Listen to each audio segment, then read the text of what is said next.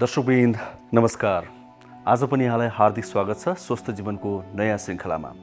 हामी NTV plus, NTV Kohalpur अनि NTV इटहरीबाट यो कार्यक्रम लिएर हरेक दिन आउने गर्छौँ। नेपाल सरकार, स्वास्थ्य मन्त्रालय, राष्ट्रिय स्वास्थ्य शिक्षा सूचना तथा सञ्चार केन्द्र र नेपाल टेलिभिजनको संयुक्त प्रस्तुति यो कार्यक्रममा हामीले स्वास्थ्य सम्बन्धी विविध जानकारीमूलक सामग्रीहरू प्रस्तुत गर्दै आएका छौँ। आज पनि हामी त्यही क्रमलाई जोड्दैछौँ। दर्शक महानुभावहरू, पछिल्लो समयमा हाम्रा कार्यक्रमहरू कोरोना भाइरसको विषयमा केन्द्रित भइरहेका छन्। अहिले संसारभर नै यो भाइरसको महामारी फैलिएको कारणले गर्दा हामीले कोरोनाका कुरा बढी गर्ने गरेका छौँ यो कार्यक्रममा। यद्यपि हामी स्वास्थ्यका अन्य विषयहरूमा पनि कुराकानी गर्छौँ। स्वास्थ्यका अन्य विषयहरूलाई अहिले कोरोनासँग जोडेर पनि कुराकानी गर्ने गर्छौँ। हामी यस कार्यक्रममा विभिन्न विज्ञहरूसँग कुरा गर्छौँ। त्यसैगरी नेपाल सरकारले गरेका प्रयासहरूको चर्चा र समीक्षा पनि गर्छौँ अनि हामीले ध्यान दिनुपर्ने सामग्रीहरू पनि बेला बेलामा प्रस्तुत गर्छौँ। आउनुहोस् यो 1 घण्टाको कार्यक्रम अब सुरुवात गरौँ।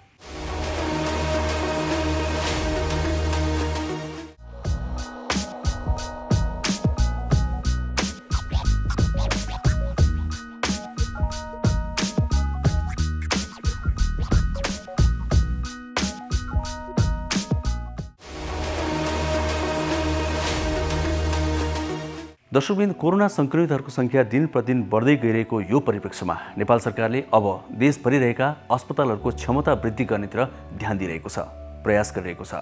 यसका लागि आइसोलेसन बेडहरूको क्षमता र संख्या वृद्धि गर्ने भन्ने कुरामा नेपाल सरकार लागिरहेको छ। यो विषयमा आज हामी एउटा सामग्री प्रस्तुत गर्दैछौँ। त्यसैगरी कोरोना भाइरसको संक्रमण खास के हो, यसबाट कसरी बच्ने भन्ने विषयमा माइक्रोबायोलोजिस्टसँग गरेको कुराकानी पनि आज हामी प्रस्तुत गर्दैछौँ। यसबाट धेरै भ्रमहरू चिरिन्छन् भन्ने हामीलाई विश्वास छ। त्यसैगरी अहिले निषेधाज्ञाको समयमा र त्योभन्दा अगाडि लकडाउनको समयमा पनि धेरै मानिसहरू घरमै बस्नु एकमात्र निर्विकल्प उपाय भएको छ। त घरमै बसिरहँदाखेरि धेरैको ढाड दुख्ने, कम्मर दुख्ने, गर्दन दुख्ने, जोर्नी दुख्ने समस्या भइरह्यो भनेर हामीलाई गुनासो आउने गरेको छ। यो विषयमा पनि आजको कार्यक्रममा हामी जानकारीमूलक सामग्री प्रस्तुत गर्दैछौँ। त्यसैगरी हामी एकजना स्वास्थ्य कर्मीको अनुभव पनि आज प्रस्तुत गर्छौँ जसले कोरोना संक्रमितको प्रत्यक्ष रूपमा उपचार गरिरहनु भएको छ। ती स्वास्थ्यकर्मी नर्सको अनुभव के छ त, उहाँ के भन्नुहुन्छ, के सल्लाह दिनुहुन्छ, के आग्रह गर्नुहुन्छ, यो पनि आज हामी प्रस्तुत गर्छौँ। सुरुमा भने नेपाल सरकारको एउटा प्रयास सम्बन्धी यो सामग्रीबाटै कार्यक्रम सुरुवात गरौँ। सरकारले प्रदेश र स्थानीय तहमा जोखिमको आधारमा आइसोलेसन बेडहरूको स्थापना गर्ने निर्णय गरेको छ। भदौ 14 गते बसेको मन्त्री परिषदको बैठकले प्रदेश र स्थानीय तहमा आइसोलेसन बेड निर्माणको लागि आवश्यक बजेट प्रदेश कोरोना रोकथाम नियन्त्रण तथा उपचार कोषबाट व्यवस्थापन गर्ने र अपुग भएमा स्वास्थ्य मन्त्रालयबाट उपलब्ध गराउने तथा सुरक्षाको सबै व्यवस्था नेपाली सेनाले गर्ने निर्णय गरेको छ। उपत्यकाको हकमा सरकारी, निजी तथा सामुदायिक एवं शिक्षण र स्वास्थ्य प्रतिष्ठानहरूलाई समेत प्रयोगमा ल्याई आवश्यकता अनुसार आइसोलेसन बेडको व्यवस्थाको लागि सीसीएमसी र स्वास्थ्य मन्त्रालयले त्यसको समन्वय तथा व्यवस्थापन गर्ने सरकारले निर्णय गरेको छ।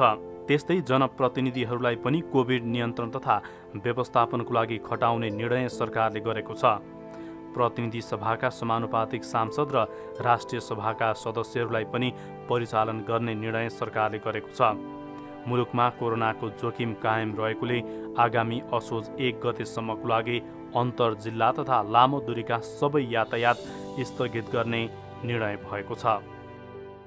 कोरोनाको संक्रमण जोखिम कायमै रहेको देखेको हुनाले सरकारले त्यस्तो किसिमको सेवा चाहिँ अहिले नै सञ्चालन गर्न, यो भदौ 16 गतेदेखि नै सञ्चालन गर्न जोखिम मुक्त नरहेको हुनाले त्यसलाई असोज 1 गतेसम्मको लागि सारिएको हो।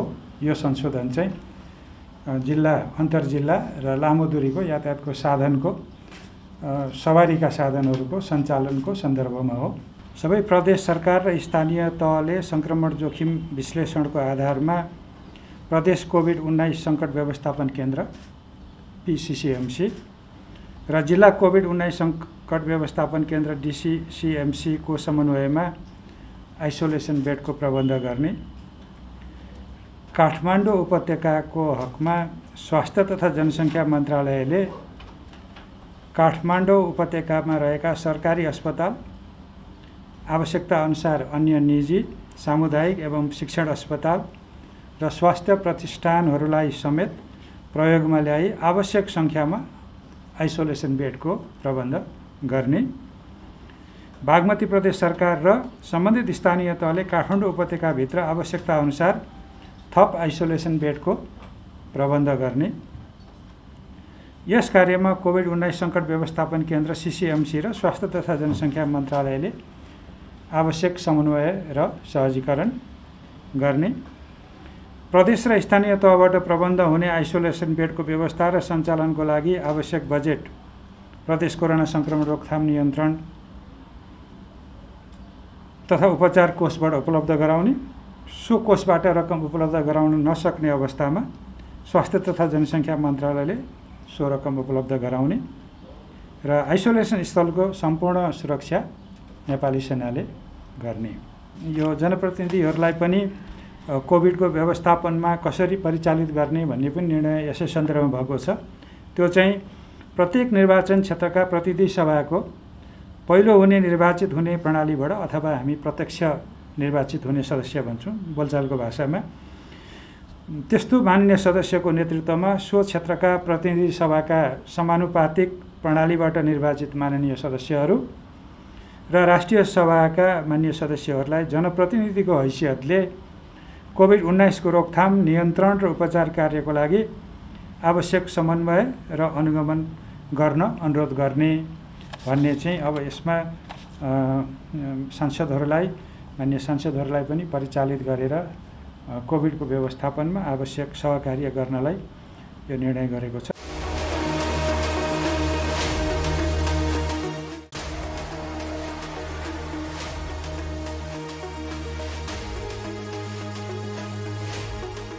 कार्यक्रम स्वस्थ जीवन हरेक दिन बिहान 7 देखि 8 बजेसम्म र पुनः साँझ 5 देखि 6 बजेसम्म NTV प्लसबाट प्रसारण भइरहेको छ।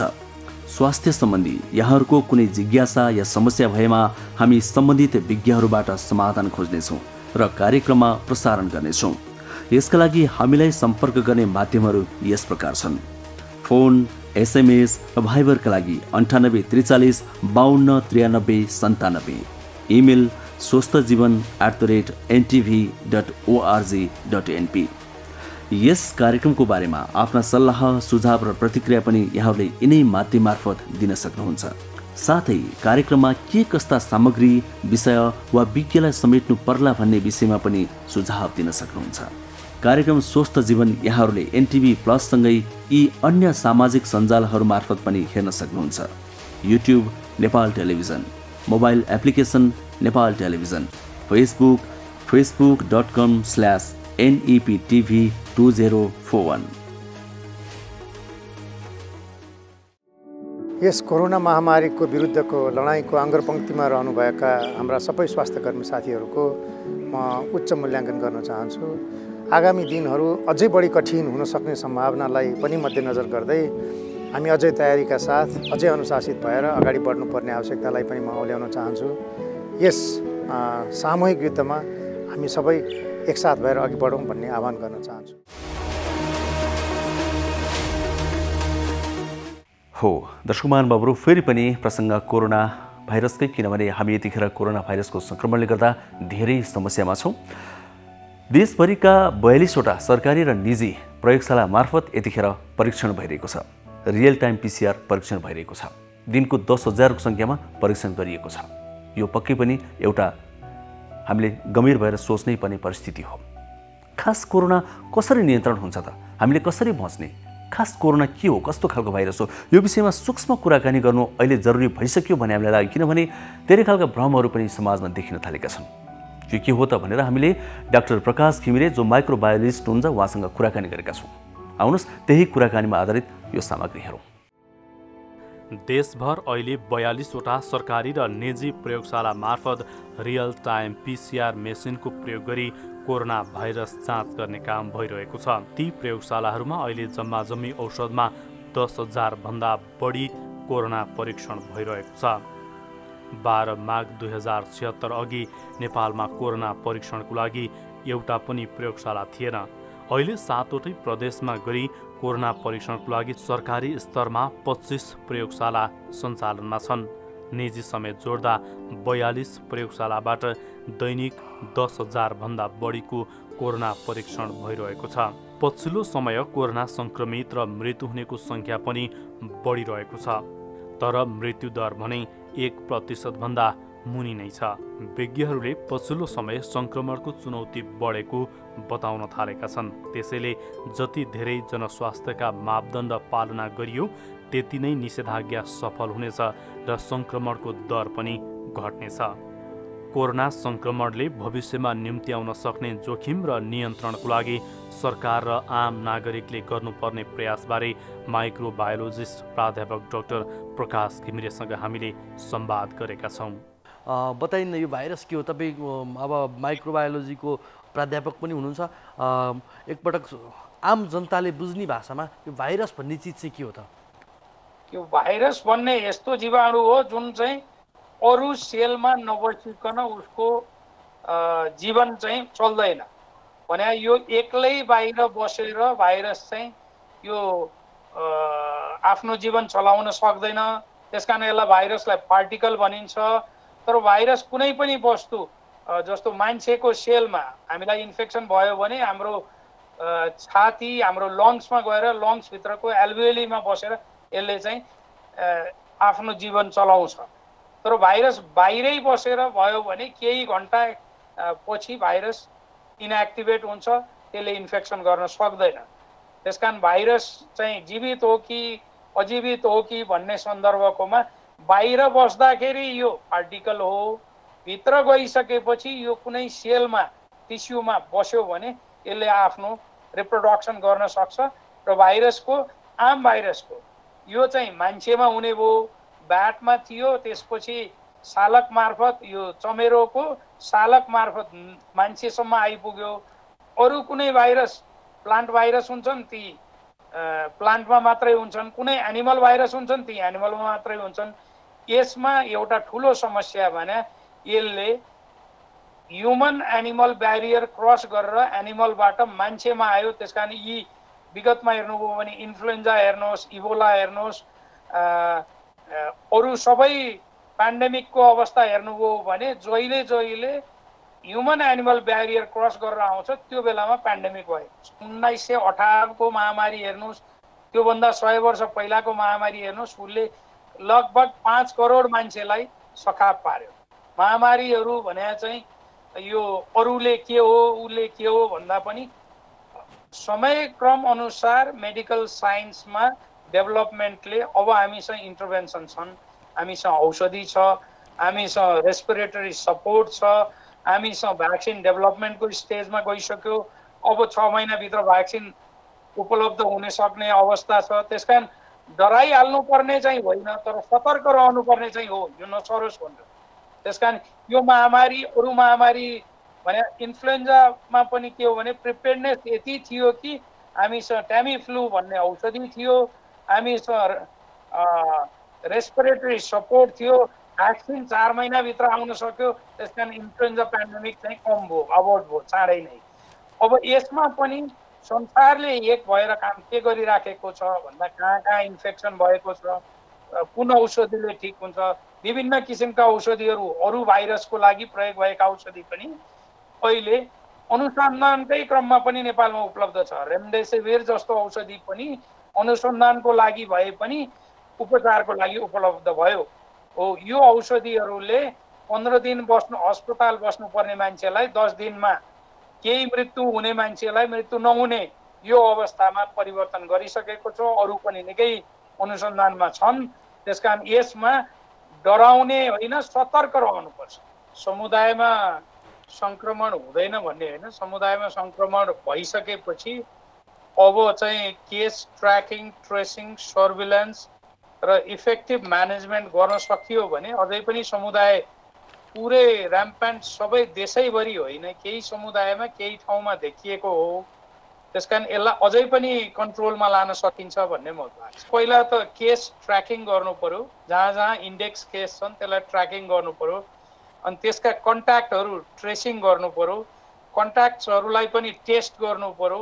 समयमै आजै स्याम्पल लिएर आजै टेस्ट गरेर बेलुकासम्म थाहा भएपछि भोलि उसलाई क्वारेन्टाइनमा बस्नुपर्ने हो, आइसोलेसनमा बस्नुपर्ने हो, अस्पताल जानुपर्ने हो।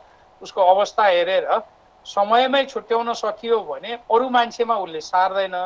अहिले भएको चाहिँ के हो भने विगतमा चाहिँ समयमा निदान भएन, समयमा निदान नहुँदाखेरि मान्छेले अरू मान्छेमा अरूको सम्पर्कमा आयो, सम्पर्कमा आएपछि सर्ने भयो, सरेपछि एकले अर्कालाई सार्दाखेरि समुदायमा रहेका दीर्घ रोगीहरूलाई पनि सार्दाखेरि मृत्युदर बढ्ने हुन्छ। त्यसकारण यसलाई अहिले कन्ट्रोल गर्नलाई भने जसलाई देखिएको छ सिम्टम ती मान्छे र तिनका कन्ट्याक्टमा भएका मान्छेलाई तुरुन्तै टेस्ट गरेर तुरुन्तै आइसोलेसनमा राख्नुपर्ने जरुरी देखिन्छ।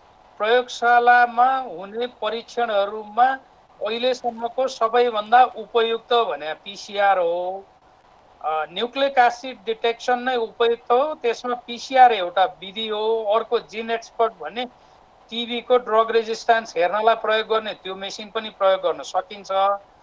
अब यसमा पनि लिमिटेसन के छ भने यसको सेन्सिटिभिटी 60 देखि 90% हुन्छ। हामी अब कति राम्ररी स्याम्पल लिन सक्छौँ भनेपछि यो नाक भित्रबाट मुख यो घाँटी गर्दनबाट जुन लिने छ त्यो स्याम्पल चाहिँ घुमाएर त्यो ठाउँबाट जहाँ भाइरस हुन्छ त्यो ठाउँबाट लिएको हुनु पर्यो। दोस्रो त्यसपछि त्यो भाइरल ट्रान्सपोर्ट मिडिया भन्छौँ त्यो मिडियामा राखेर केही क्षण केही दिनको लागि हो। त्यसपछि गएर एक्सट्र्याक्सन गर्नु पर्यो। एक्सट्र्याक्सन गर्दा त्यसको आनुवंशिक तत्त्व भाइरसको आनुवंशिक तत्त्व निकालेर आनुवंशिक तत्त्व छ कि छैन भनेर त्यो पिसिआर मेसिनमा केही रिएजेन्ट राखेर एक्सपान्सन गर्ने हो। अब यो सबै गर्दाखेरि कुनै पनि स्टेपमा कमजोरी भयो, स्याम्पल लिनमा कमजोरी भयो, स्याम्पल ट्रान्सपोर्टेसनमा कमजोरी भयो, स्याम्पल प्रोसेसिङमा कमजोरी भयो भने यसले पोजिटिभलाई नेगेटिभ अनि नेगेटिभलाई पोजिटिभ किनभने कहिलेकाहीँ स्वाप हुन सक्छ। लेबलिङमा एकैचोटि कम्युनिटीमा धेरैजनाको स्याम्पल लिँदा त्यो चाहिँ सम्भावना रहन्छ। तर त्यसका बावजुद पनि पिसिआर नै अहिलेको सबैभन्दा उपयुक्त निदानको विधि हो। 80 देखि 95% मान्छे मर्दैन। लगभग 80% मान्छेलाई कुनै पनि रोगका साइन एन्ड सिम्टम्स नदेखिन सक्छ र लगभग 15% मान्छेलाई साधारण उपचार गरे पुग्छ। 5% मान्छेलाई मात्र अस्पतालमा गएर श्वास प्रश्वासको सहयोग यो भेन्टिलेटर लगायतका लिनुपर्ने हुन सक्छ। त्यसकारण यो रोग लाग्नु पाप होइन, यो कसैले चाहेर आउने नचाहेर नआउने होइन। त्यसकारण यो आइसके पनि 80%लाई केही हुँदैन, यो लागेर मरिँदैन। केही मान्छे जसको आफ्नो दीर्घ रोगहरू छन्, जसको इम्युन सिस्टम स्ट्रङ छैन, ती मान्छेमा मात्रै ठुलो समस्या हुने भएको हुनाले सम्पूर्ण मान्छेले सामाजिक दूरी कायम गर्ने, मास्क लगाउने, साबुन पानीले हात धुने भने किनभने यो रोग लाग्नलाई 3टा कुरा चाहिन्छ। एउटा भाइरस चाहियो विषाणु, दोस्रो यसको होस्ट चाहियो त्यो भने मान्छे भए, तेस्रो यो भाइरस र मान्छे बीचमा वातावरण जुनले गर्दाखेरि त्यो भाइरस मान्छेको शरीरमा प्रवेश गर्न सकोस्। हो यो वातावरण भने चाहिँ अर्को रोगी मान्छेले नजिकै खोके, हाछिउँ गरे, बोले, थुके, यो 6 फिट भित्र अथवा बन्द कोठामा छ भने बन्द कोठामा 20 फिट भित्र पनि सर्न सक्छ भनिन्छ। त्यसकारण यो भित्र बच्नलाई मास्क लगाउनु पर्यो। मास्क पनि 3 तह भएको, घरमै बनाउन सकिन्छ मास्क। यो बाहिर बजारको मास्क पनि लिँदा हुन्छ, तर घरमै पनि 3 तहको कपडा राखेर मास्क बनाउन सकिन्छ। जो स्वास्थ्यकर्मीले इन्फेक्टेड मान्छेको उपचार गर्नुपर्छ, उसको श्वास प्रश्वास सेवामा सहयोग गर्नुपर्छ, बन्द कोठामा गर्नुपर्छ, ती मान्छेलाई मात्र N95 को जरुरी छ। अरूले N95 लगाउनु जरुरी छैन, त्यो उपयुक्त हुँदैन। त्यसकारण जनरल मान्छेले सकेसम्म मान्छेको सम्पर्कमा नआउने, आउनै परेमा पनि 6 फिट भन्दा बढीको दूरीमा बस्ने, बन्द कोठामा बस्नु पर्यो भने मास्क लगाउने, धेरैजना 15 मिनट भन्दा बढीको बैठकमा नबस्ने, बाहिर जाँदाखेरि कसैको नजिक तरकारी दुध लिन जाँदाखेरि कसैको नजिकबाट जानुपर्छ भने मास्क लगाउने, ग्लोभ्स लगाउने, साबुन पानीले हात धुने, यो गर्यो भने यो सर्दैन। अब यो सरिहालेमा पनि सबै मान्छे मर्दैनन् है। 80% मान्छेलाई केही पनि हुँदैन, 15% लगभग रिकभर हुन्छ। नेपालको केसमा त अहिलेसम्मको डाटा हेर्ने हो भने 1% भन्दा कम छ मृत्युदर। त्यसकारण सबै मर्छन् भन्ने यो मिथ्या हो। जस्तै 1% भन्दा कम छ भन्नुभयो, तपाईँको अब एनालाइसिसले चाहिँ के भन्छ त? अब यो दर बढ्न सक्छ? अब यस्तो छ, समुदायमा सङ्क्रमण फैलिँदाखेरि समुदायमा भएका दीर्घ रोगीहरूमा यो लागेको खण्डमा यो चाहिँ हाम्रो छिमेकमा हेर्ने हो भने 2.7% छ, अन्त हेर्ने हो भने 2.9% छ। त्यसकारण 2 देखि 3% को दरमा हुन सक्छ यदि समुदायमा सङ्क्रमित अवस्थामा भएका मान्छेमा सर्यो भने र यो दीर्घ रोगीमा सर्यो भने यो हुन सक्छ। तर त्यो भन्दै गर्दा चाहिँ के हो भने यसबाट बच्ने उपायहरू पनि टन्नै छ।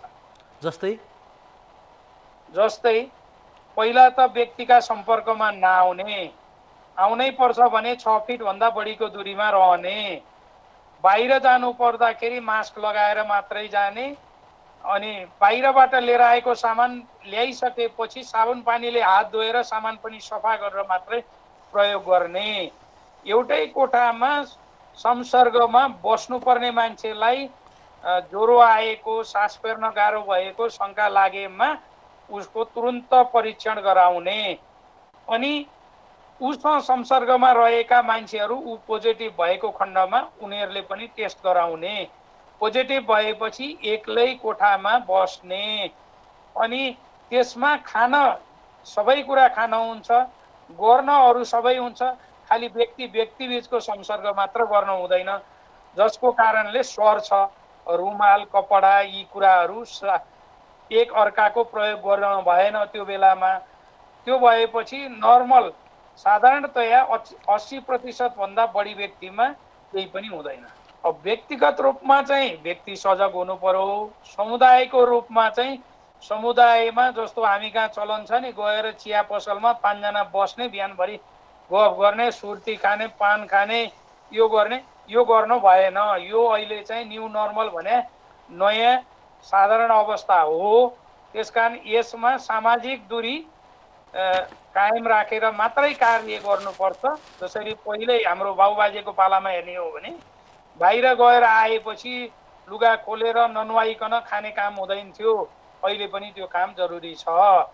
त्यसपछि आएपछि ननुहाइकन हुँदैन थियो, अहिले पनि साबुन पानीले हात धुनुपर्छ हो। यो कुरो चाहिँ के हो भने हाम्रो आनी बानी बेहोरा बाहिर गएर समुदायमा भिडभाडमा बस्नु भएन, किनभने यो भिडभाडमा बस्दा कोही व्यक्तिको निधारमा पनि यो रोग छ भनेर लेखेको हुँदैन, त्यसकारण सर्दाखेरि थाहा हुँदैन।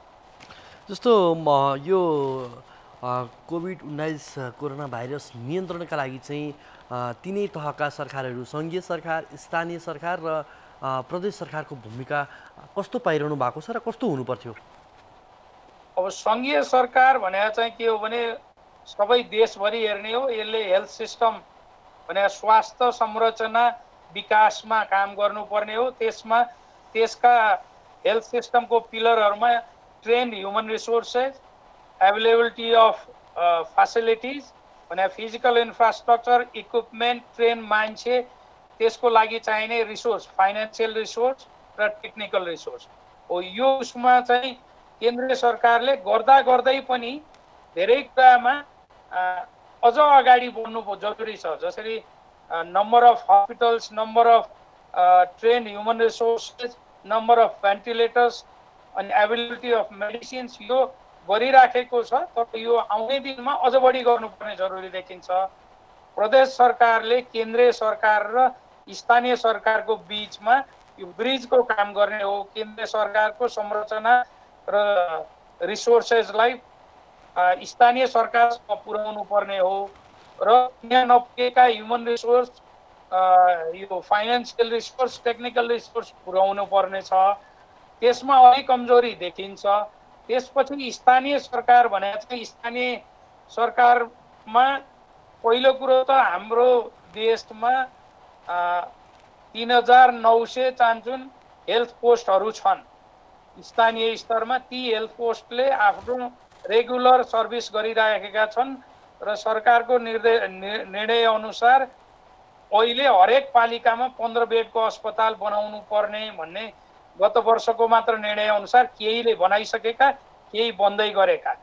अब यसमा अलिकति थप्नुपर्ने भने चाहिँ केस ट्र्याकिङ, ट्रेसिङ र त्यसलाई आइसोलेसनमा लाने स्थानीय सरकारको रोल असाध्य धेरै हुन्छ, किनभने स्थानीय स्तरमा एकले अर्को गाउँको, अर्को घरको, अर्को टोलको, अर्को वडाको मान्छेलाई चिनेको हुन्छ।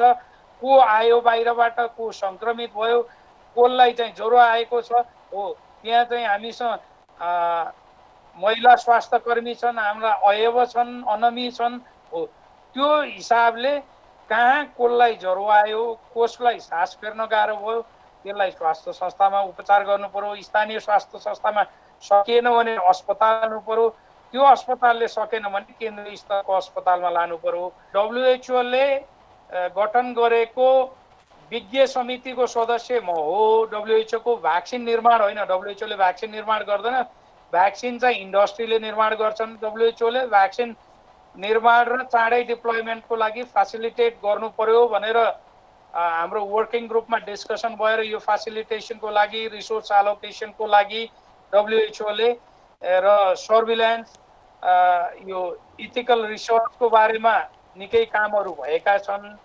भ्याक्सिन आएपछि पनि लो एन्ड मिडल इन्कम कन्ट्रीका जनता जो फ्रन्ट रनर्स छन्, स्वास्थ्य कर्मी, सुरक्षा कर्मी, सफाई कर्मी, दुध, पानी, हो यिनीहरूलाई पहिलो उसमा चाहिँ कसरी दिन सकिन्छ भनेर WHO ले कोभ्याक्स भनेर एउटा चाहिँ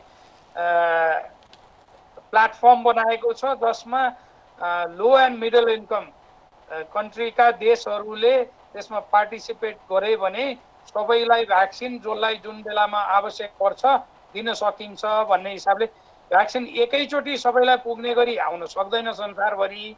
त्यसकारण पहिला जसले ट्रान्समिसन गर्न सक्छ, जो इन्फेक्टेड हुन सक्छ, तिनलाई दिने उसमा कार्य भइराखेको छ र संसारभरि कोअर्डिनेसनमा, सर्भिलेन्स, रेस्पोन्समा काम भइराखेको छ।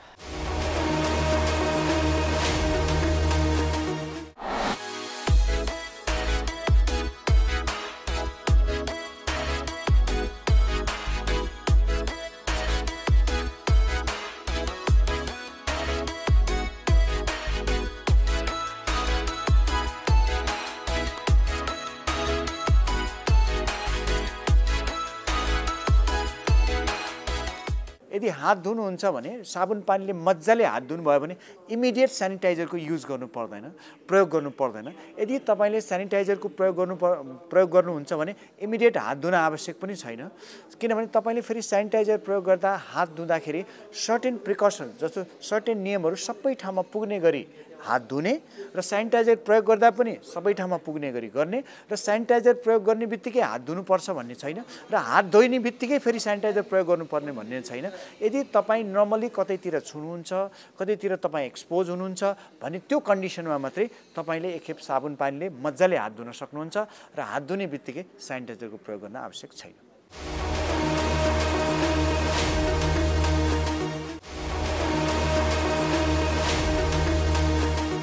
दर्शकवृन्द, हामीले पछिल्लो समयमा यहाँहरूलाई विभिन्न माध्यमहरू उपलब्ध गराएर यहाँहरूका समस्या जिज्ञासा पनि लिने गरेका छौँ र तिनकै आधारमा यहाँ विषय छान्ने गरेका छौँ, समाधान बताउने गरेका छौँ। हामीले टेलिफोन नम्बर दिइरहेका छौँ, भाइबर र SMS-का लागि नम्बर दिइरहेका छौँ, इमेल आइडी पनि दिइरहेका छौँ। त कतिपय दर्शक महानुभावहरूले चाहिँ आफ्नो परिचय दिन चाहनुहुन्न, त्यो अवस्थामा हामी उहाँहरूका विषयलाई यहाँ समेट्छौँ, परिचय दिँदैनौँ। यदि यहाँहरू परिचय दिएरै आफ्नो जिज्ञासा राख्न चाहनुहुन्छ भने हामीलाई यी माध्यममा खबर गर्न सक्नुहुन्छ, सम्पर्क गर्न सक्नुहुन्छ, जुन हामीले स्क्रिनमा देखाइरहेका छौँ। त्यसै गरी हामीलाई पछिल्लो समयमा आइरहेका विभिन्न जिज्ञासा समस्याहरूमध्ये एउटा समस्या हो ढाड दुख्ने, गर्दन दुख्ने अनि जोर्नीहरू दुख्ने। यो धेरै घरमा बस्दा बस्दा आएको समस्या हुनसक्छ भन्ने विज्ञहरूको भनाइ छ। त्यसो भए यसबाट कसरी छुटकारा पाउने, अब एकैछिन यो सम्बन्धी एउटा विशेष सामग्री हेरौँ। कोरोना महामारीबाट जोगिन अहिले संसारभर भौतिक दूरीका लागि मानिसहरू घरमै बसेका छन्। सरकारले पनि महामारीबाट जोगिन सबैभन्दा सहज र भरपर्दो उपाय लकडाउन वा निषेधाज्ञालाई लिएको छ, जसका कारण मानिसहरू घरभित्रै सीमित छन्। लामो समय घरमै बसिरहँदा गर्दन, ढाड तथा जोर्नी दुख्ने खालका समस्या देखिन थालेको विज्ञहरूको भनाइ छ।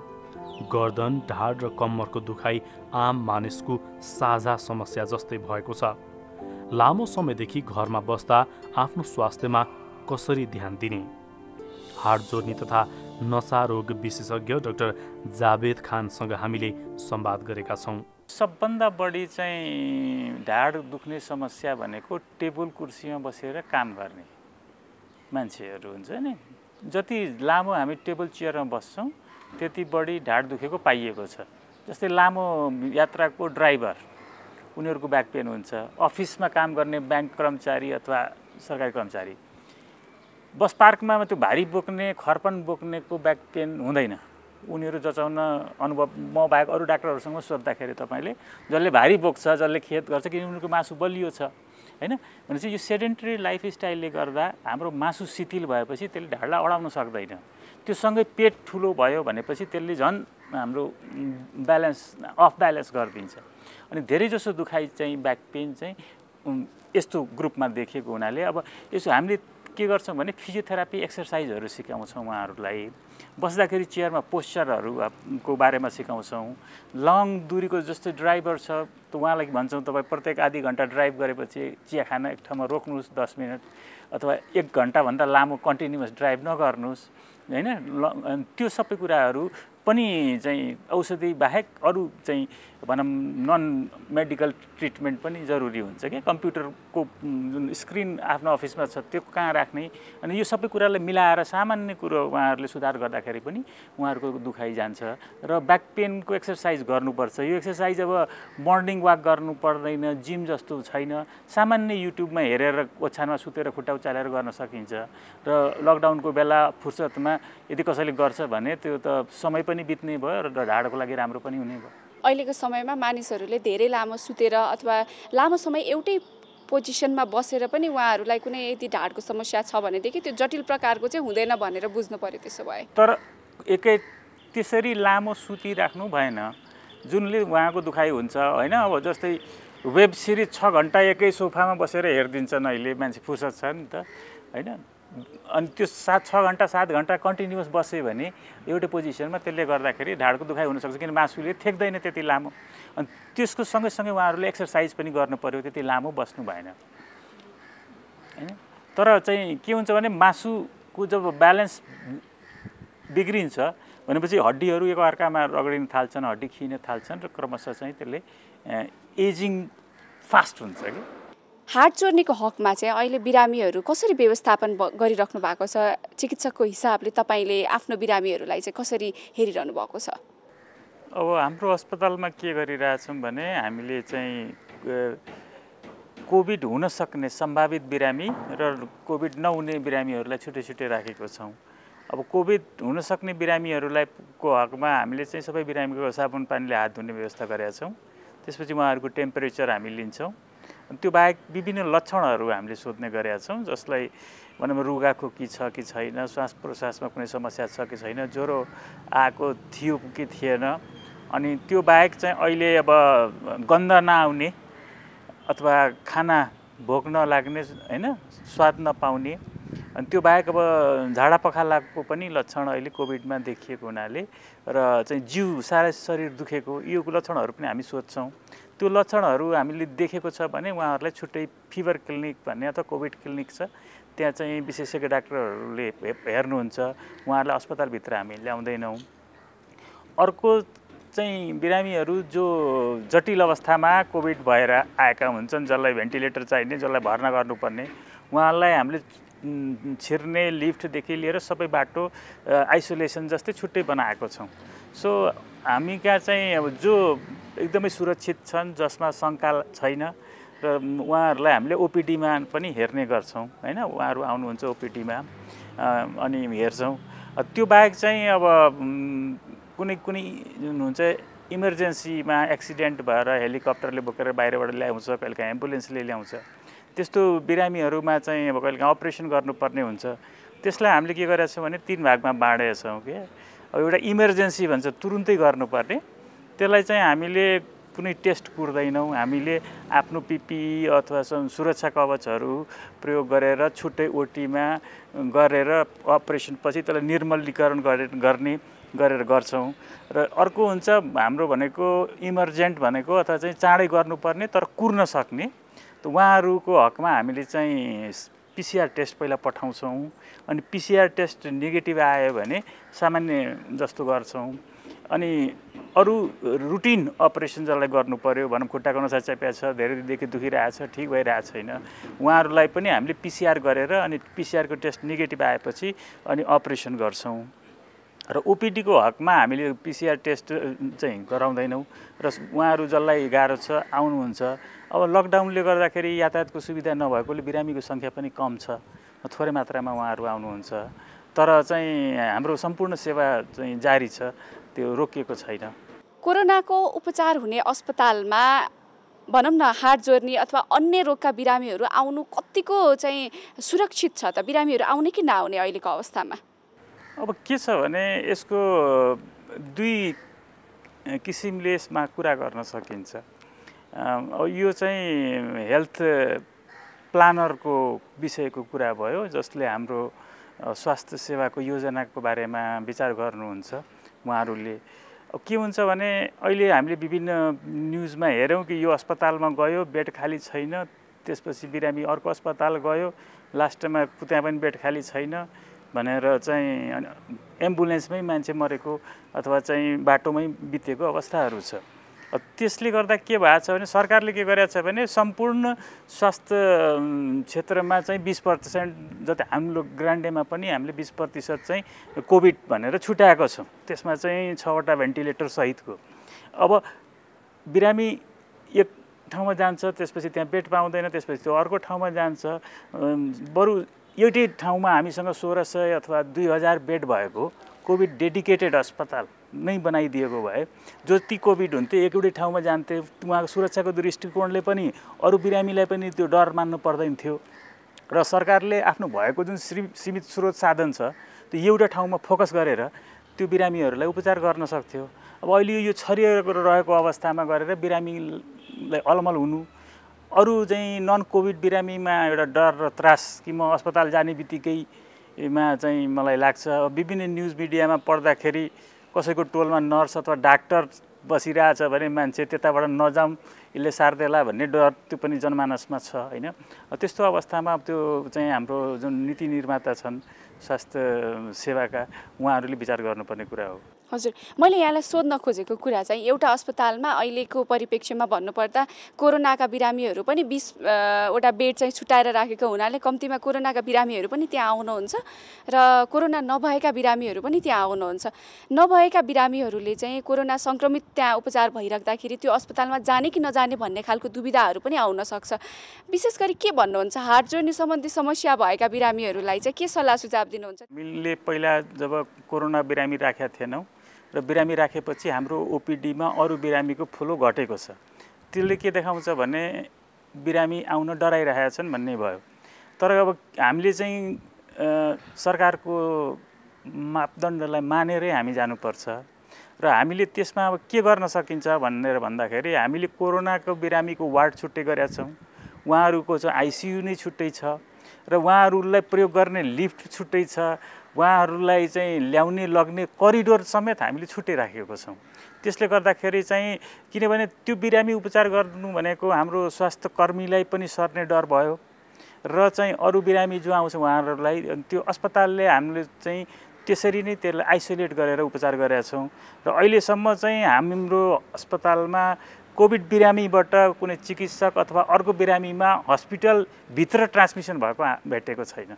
हजुर, एउटा प्राइभेट अस्पतालहरूलाई आरोप के छ भने कुनै एउटा कोरोना सङ्क्रमित व्यक्ति अथवा कोरोना सङ्क्रमित पनि नभनौँ, कोरोनासँग मिल्दाजुल्दा लक्षणहरू मानौँ कि उसलाई चाहिँ रुगा लागेको छ, उसलाई खोकी लागेको छ, उसको छाती दुखेको छ भन्ने यस्ता खालका कुराहरू छन् र उसको अन्य समस्याहरू भएको छ, उसलाई इमर्जेन्सी कुराहरू जस्तै अब हात भाँचेको छ, खुट्टा भाँचेको छ भने पनि उसलाई यस्ता लक्षणहरू देखिसके पछाडि प्राइभेट अस्पतालका डक्टरहरूले चाहिँ रिफर गरिदिनुहुन्छ, त्यस्ता लक्षण भएका बिरामीलाई चाहिँ अस्पतालमा लिँदै लिनुहुन्न भन्ने खालको आरोप पनि छ।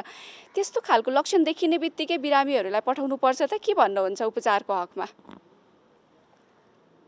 अब त्यो बिरामीलाई पठाउने भन्ने कहाँ पठाउने त? अस्पताल छ भने उपचार गर्नुपर्छ र चाहिँ मैले भनिहालेँ कि अति आवश्यक सेवा छ भने तुरुन्त उपचार दिनु पर्यो हैन। जुन आफ्नो पिपी किटहरू जुन उपलब्ध छ जे स्रोत साधनले आफूलाई सुरक्षित राख्दै यदि चाहिँ हामीले त्यसलाई अपरेसन गर्नुपर्ने अथवा हामी कुर्न सक्छौँ भने हामीले पिसिआर पठाएर अनि उहाँहरूलाई चाहिँ प्राथमिक उपचार दिएर अनि त्यसपछि डेफिनेटिभ ट्रिटमेन्ट अथवा कुनै अपरेसनमा जान सक्छौँ। हामीसँग अझै कुर्न सक्ने छ भने पिसिआर नेगेटिभ गराएर हामी जान सक्छौँ। यो 3 प्रकारको हाम्रो एप्रोच हुन्छ। अब हुन्छ के भनेपछि बिरामीले चाहिँ होइन रिफर गरिदिने अर्को ठाउँमा गर्ने भनेको त्यो चाहिँ बिरामीको लागि राम्रो होइन। किनभने एउटा बिरामी जसलाई चाहिँ स्वास्थ्य केयर चाहिन्छ त सेवा चाहिन्छ उहाँहरूलाई कुनै पनि सेवा नदिकन अन्यत्र पठाउनु भनेको चाहिँ बिरामीको लागि नराम्रो हो। कोरोनासँग मिल्दाजुल्दा लक्षण भएको बिरामीलाई अन्य अर्कै इमर्जेन्सी सेवा परेर अथवा सेवा लिन आउनुभयो भनेदेखि रेफर गर्नु पर्दैन, उहाँको उपचार चाहिँ गर्न सकिन्छ, उपचार चाहिँ सम्भव छ? सकिन्छ। उहाँको उपचार हामी गरि पनि राखेको छौँ र चाहिँ त्यही मैले भने हामीले पिसिआर लिन्छौँ, त्यसपछि हामी सावधानी लिन्छौँ। पिसिआर नेगेटिभ आएपछि फेरि उहाँहरूलाई पहिला आइसोलेसन वार्डमा राख्छौँ अथवा सिङ्गल केबिनमा राख्छौँ अनि पिसिआर नेगेटिभ आएपछि उहाँलाई नर्मल बिरामीसँग हामी राख्छौँ र जुन स्वास्थ्यकर्मीहरू पिपी लगाएर जुन जानुहुन्थ्यो त्योबाट उहाँहरू सामान्य बिरामी जस्तै उहाँको उपचार हुन थाल्छ। जसलाई चाहिँ ढाडको नसा च्यापिएको छ अथवा हाड जोड्ने सम्बन्धी हड्डी खिएको समस्याहरू छ उहाँहरूलाई सर्जरी गर्नुपर्ने अवस्थाहरू पनि हुनसक्छ। अहिलेको अवस्थामा उहाँहरूले सर्जरी गर्ने कि नगर्ने? सर्जरी चाहिँ अब यो रहरले त गरिँदैन, बाध्यताले गरिन्छ हैन। सर्जरी भनेको मैले भने इमर्जेन्सी सर्जरी छ जसलाई अपरेसन हामीले गरेनौँ भने उसलाई नराम्रो हुन्छ अथवा उसको ज्यान जान सक्छ अथवा हात खुट्टा काट्नुपर्ने हुन्छ। त्यो इमर्जेन्सी सर्जरीमा हामीले पिपी किटहरू लगाएर हामीले कोरोनाको रिपोर्ट नकुरिकन हामीले त्यस्तो बिरामीहरूको अपरेसन गर्छौँ। तर जसलाई चाहिँ हामीले 24 घण्टा जति कुर्न सक्छौँ अथवा 24 घण्टा पछाडि अपरेसन गर्दाखेरि पनि बिरामीमा कुनै स्वास्थ्यमा हानि हुँदैन भने त्यस्तोलाई हामीले चाहिँ पहिला पिसिआर पठाउँछौँ, पिसिआरको रिपोर्ट कोर्छौँ, नेगेटिभ आयो भने अनि गर्छौँ। र जो बिरामीलाई अपरेसन चाहिन्छ तर कुर्न सक्छन् अझै मैले भने नसा चेपेका अथवा हड्डी खिएका घुँडा फेर्नुपर्ने त्यस्तो खालको रुटिन सर्जरी भन्छौँ हामीले हैन। त्यो चाहिँ 10 दिन पछाडि गर्दाखेरि पनि हुने त्यस्तालाई चाहिँ हामीले पिसिआर नेगेटिभ गरेको टेस्ट गराएर मात्रै गर्छौँ। उहाँहरूले दुखाइ एउटा मुख्य कारण हुन्छ कि त्यस्तोमा हड्डी खिएको छ अथवा त्यो दुखाइले गर्दाखेरि र कति वर्ष भनेपछि कसैको 2 वर्षको कुरो आउँछ कि 3 वर्षदेखि घुँडा दुखिरहेको उहाँहरूलाई चाहिँ अहिले अब आएर अपरेसनहरू नगर्नुस् भन्ने हामी सल्लाह दिन्छौँ। किनभने यसको थुप्रै कारणहरू छ। एक त के छ भने लकडाउनले गर्दाखेरि सामानको उपलब्धता छैन। सामानहरू जुन इन्डियाबाट हामीले मगाउनु पर्ने इभन औषधिहरू अथवा त्यहाँभित्र राख्ने इम्प्लान्टहरूको पनि कमी छ। हामीसँग थोरै स्रोत साधनहरू छ अनि हामीले अब चाहँदैनौँ कि त्यो चाँडै सिद्धियोस् हैन। र भोलि अब अपरेसनको क्रममा साइजको कुरो आउँछ, अरू कुरो आउँछ, त्यसले अप्ठ्यारो पर्छ कि भन्ने जुन शङ्का हुन्छ। त्यही भएर हामीले चाहिँ अहिले तत्काल यो लकडाउन खुलेपछि गर्नुस् भनेर भन्छौँ। तर जसलाई इमर्जेन्सी नै छ, जसलाई गाह्रो छ, छटपट्टि छ, उहाँहरूलाई त अपरेसन हामीले गरिराखेकै छौँ। हजुर डाक्टर, अहिलेको अवस्थामा धेरै मानिसहरू घरमा पनि हुनुहुन्छ, सम्भवतः आरामसँगै बसिरहनु भएको छ, कुनै जटिलता नहोला। तर जुन मेरुदण्ड सम्बन्धी समस्या छ नि यो व्यक्तिलाई जुनसुकै समयमा भनौँ न कुनै परिस्थितिले आउन सक्छ। के कस्तो समस्या अथवा के कस्तो कारणले गर्दाखेरि चाहिँ मान्छेको मेरुदण्डमा समस्या आउँछ यसको बारेमा भनिदिनुहोस् न। अब मेरुदण्डमा त के हुन्छ भने हाम्रो 2 खुट्टामा हिँड्ने बानी भएकोले यो विश्वमा मान्छे मात्रै एउटा प्राणी हो जुन 2 खुट्टामा हिँड्छ। त्यसले गर्दाखेरि हाम्रो चाहिँ जुन लोड लिने उ छ त्यो ढाडको चाहिँ बायोमेकानिक्स भन्छौँ हामीले, त्यो त्यति बलियो छैन। त्यो भएको हुनाले चाहिँ संसारमा 80% मान्छेलाई कुनै जम्मा गरेर सोध्यो भने कुनै न कुनै बेला उहाँहरूलाई ढाड दुखेको उहाँहरूले अनुभव गरेको हुन्छ र यो यति कमन सिम्टम छ। तर के छ भने यो धेरै जसो हाम्रो उचाल्दाखेरि मासुको पुल नमिलेर अथवा चाहिँ उमेरले गर्दा हड्डी खिएर हुन्छ। यस्तो खालको दुखाइ चाहिँ सामान्य पेनकिलर 1-2 दिन खाँदा, रेस्ट गर्दा अथवा चाहिँ आराम गर्दा चाहिँ जान्छ। त्यो चाहिँ कुनै गम्भीर खालको होइन, त्यो सबै हामीले अनुभव गरेको हो।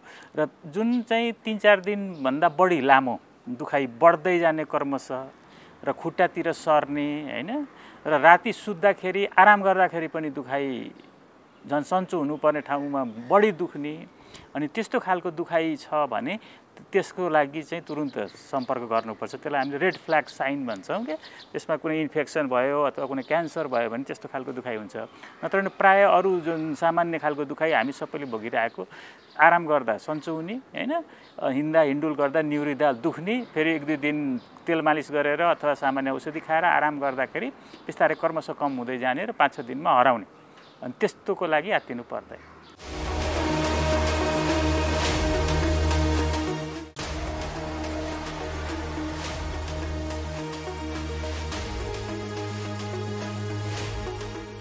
कार्यक्रम स्वस्थ जीवन हरेक दिन बिहान 7 देखि 8 बजेसम्म र पुनः साँझ 5 देखि 6 बजेसम्म एनटिभी प्लसबाट प्रसारण भइरहेको छ।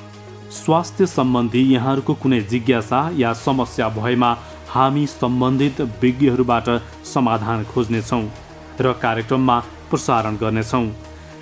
यसका लागि हामीलाई सम्पर्क गर्ने माध्यमहरू यस प्रकार छन्। फोन, एसएमएस र भाइबरका लागि 9843 5293 97, इमेल swasthjivan@ntb.org.np। यस कार्यक्रमको बारेमा आफ्ना सल्लाह सुझाव र प्रतिक्रिया पनि यहाँहरूले यिनै माध्यम मार्फत दिन सक्नुहुन्छ। साथै कार्यक्रममा के कस्ता सामग्री, विषय वा विज्ञलाई समेट्नु पर्ला भन्ने विषयमा पनि सुझाव दिन सक्नुहुन्छ। कार्यक्रम यहाँहरूले एनटिभी प्लससँगै यी अन्य सामाजिक सञ्जालहरू मार्फत पनि हेर्न सक्नुहुनेछ। YouTube Nepal television, mobile application Nepal television, Facebook facebook.com/neptv2041।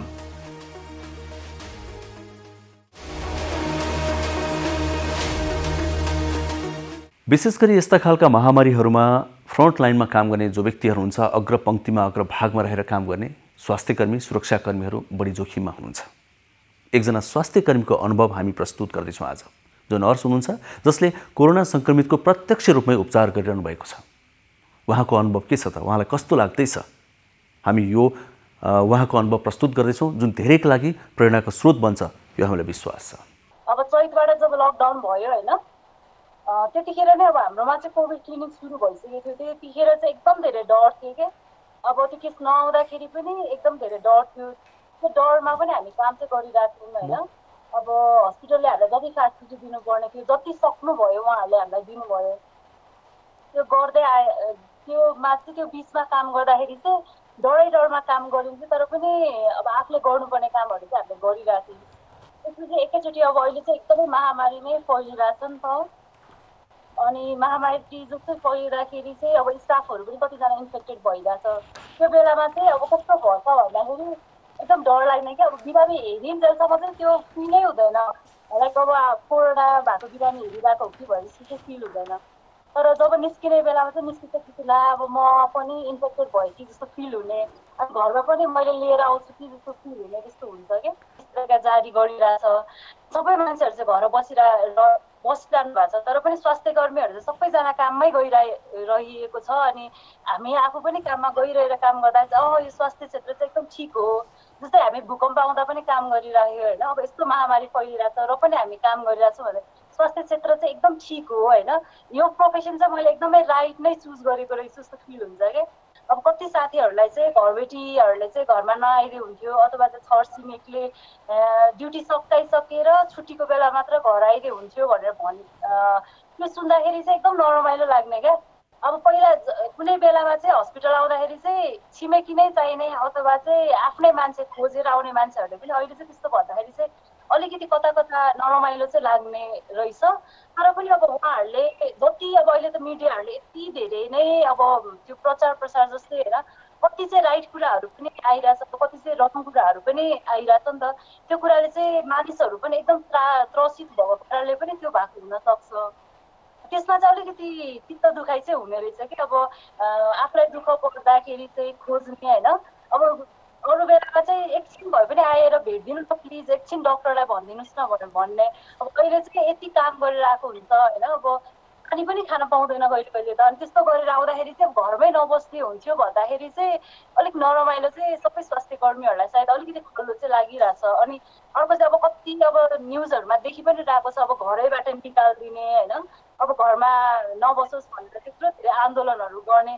यो चाहिँ समाजले नै नबुझेको हो कि अलिकति, अथवा चाहिँ हामीले समाजलाई बुझाउन नसकेको हो कि जस्तो पनि अलिकति चाहिँ लागिरहेछ। म ड्युटी गरेर घर फर्किँदाखेरि मैले के सोच्छु भन्दाखेरि ला मैले गर्दाखेरि मेरो फ्यामिली इन्फेक्टेड पो भइहाल्ने हो कि जस्तो मलाई लाग्छ नि त। भनेपछि म चाहिँ होइन, म छुट्टै बस्छु, तपाईँहरूले मलाई चाहिँ अलिकति छुट्टै उयो गरिदिनु, हरेक कुरा चाहिँ मलाई छुट्टै गरिदिनु भन्दाखेरि अब फ्यामिलीले पनि यस्तो हुँदो रहेछ भनेर सरी पो हाल्ने हो कि जस्तो सोच्ने पनि हुनसक्छ। अनि अर्को चाहिँ अब यति धेरै अब स्वास्थ्य कर्मीले गर्दाखेरि चाहिँ अहिले त परिवारै पनि इन्फेक्टेड भइरहेछ नि त। अनि अहिले फेरि मिडियाले यस्तो भइरहेछ कि हस्पिटल चाहिँ हटस्पट हो, कोरोनाको हस्पिटल चाहिँ हटस्पट हो भनेर न्युजमा आइरहेछ नि त। त्यो कारणले गर्दाखेरि पनि अब परिवारले चाहिँ अलिकति छुट्टै बस्थे। अब यो बेलामा चाहिँ एकदमै सपोर्ट, अब मान्छेहरू चाहिँ यति डिप्रेसनमा लाइक यति स्ट्रेसफुल सिचुएसनमा बसिरहेछ नि त स्वास्थ्य कर्मीहरू। त्यो कारणले गर्दाखेरि चाहिँ अब उहाँहरूले पोजिटिभली भन्दाखेरि पनि अलिकति नेगेटिभली परेको पनि हुनसक्छ कसैलाई। अनि कसैलाई चाहिँ अब घरमा अब कतिजनाको त वृद्धहरू भएको घरमा, अनि अर्को चाहिँ कतिजनाको त अब रोगी, अब दीर्घ रोगीहरू भएको घरमा। अनि त्यो कारणले गर्दाखेरि पनि अलिकति छुट्टै बस्नुपर्ने सिचुएसनले गर्दाखेरि त्यो कुराहरू आएको पनि हुनसक्छ। सबभन्दा ठुलो कुरो त के भनेदेखि अब बाहिर त्यति निस्किनु भएन होइन, काम नपरिकन निस्किनु भएन। काम पर्दाखेरि पनि मास्क लगाएर आफूलाई पुरा सुरक्षित भएर त्यस प्रकारले बाहिर निस्किनु पर्दछ, त्यस्तो गर्नु पर्दछ एउटा कुरा। अनि अर्को कुरो चाहिँ के त भनेदेखि अब त्यो भिडभाडमा धेरै जसो त्यो भिडभाडमा चाहिँ मान्छे मतलब त्यहाँ जाने उ गर्ने त्यो गर्न हुँदैन, भिड गर्न हुँदैन। यो कोरोना भएको मान्छेलाई छिछि दूर गर्ने होइन, त्यसलाई एकदम त्यस्तो गर्ने कुरा होइन। यो जसलाई पनि हुनसक्छ, थोरै हुनसक्छ, धेरै हुनसक्छ। कसैले पचाइराखेका हुनसक्छन्, कसैलाई अलिकति त्यसले अब चापिराखेको हुनसक्छ। तर त्यो भयो भन्दैमा मतलब त्यसले मान्छेप्रति गर्ने होइन, रोगप्रति पो त गर्ने हो त, प्रतिकार त रोगप्रति पो गर्ने हो त, मान्छेप्रति होइन। त्यो भएको मान्छेलाई त हामीले सहयोग गर्नुपर्छ, सकेको मतलब अब उसलाई आफूले के गर्न सकिन्छ होइन, त्यसलाई हामीले अलिकति गर्नुपर्छ। एउटा मानवता हटाउनु हुँदैन, त्यो मानवता चाहिँ बिर्सिनु हुँदैन। मान्छे मतलब साह्रै नै स्वार्थी पनि हुनु हुँदैन। तर आफू बचियो भने त अरूलाई पनि सहयोग गर्न सकिन्छ, आफू बचियो भने त केही गर्न सकिन्छ। आफू नै बिरामी परियो भने के हुन्छ? त्यसो हुनाले हामीले सरकारले गरेको चिज पनि कुनै रहरले गरेको होइन, हाम्रै बचाउको लागि गरेको हो, अब हाम्रै सुरक्षाको लागि गरेको हो होइन मान्छेहरूले। त्यसो हुनाले त्यसलाई हामीले मान्नु पर्दछ, त्यसलाई हुबहु हामीले मतलब गर्नुपर्छ। त्यो कुनै सरकारलाई गरिदिएको होइन, हाम्रो आफ्नो लागि गरेको हो। र गभर्मेन्टले चाहिँ त्यस किसिमको त्यो एउटा समुदायमा नजाओस्, यो अझ धेरै नफैलियोस् भन्ने किसिमको हो। किनभने समुदायमा गएर फैलियो भने अझ कडा मतलब कदमहरू चाल्नुपर्ने हुन्छ। त्यसो हुनाले अहिले हामीले सरकारले भनेको मानिदिउँ, यो आफ्नै लागि हो भनेर गरिदिउँ भनेदेखि मलाई लाग्छ यो व्याधिबाट पनि हामी पार पाउँछौँ।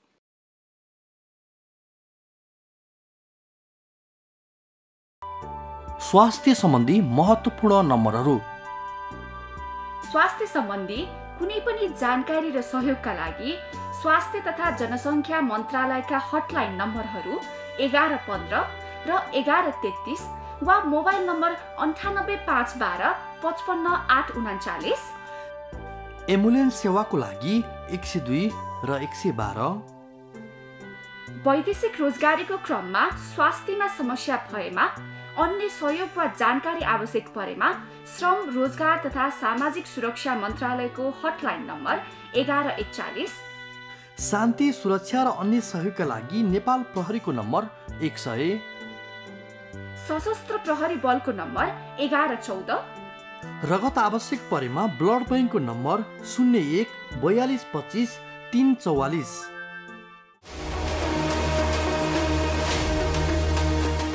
आज विश्व नै कोरोना सङ्क्रमणबाट त्रसित र ग्रसित छ।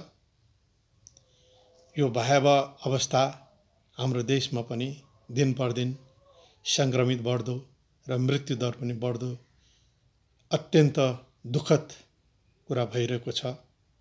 र यसको कोरोना भाइरसको कुनै पनि औषधि उपचार या भ्याक्सिन नपाइरहेको अवस्थामा हामी सबै आफू, परिवार र समाजलाई बचाउनको लागि घरभित्रै सुरक्षित रहनुभन्दा अरू कुनै उपाय छैन। तसर्थ हजुरहरू सबैमा पुनः विनम्र अनुरोध गर्दछु, हजुरहरू सबै घरभित्रै सुरक्षित रहनुहोला।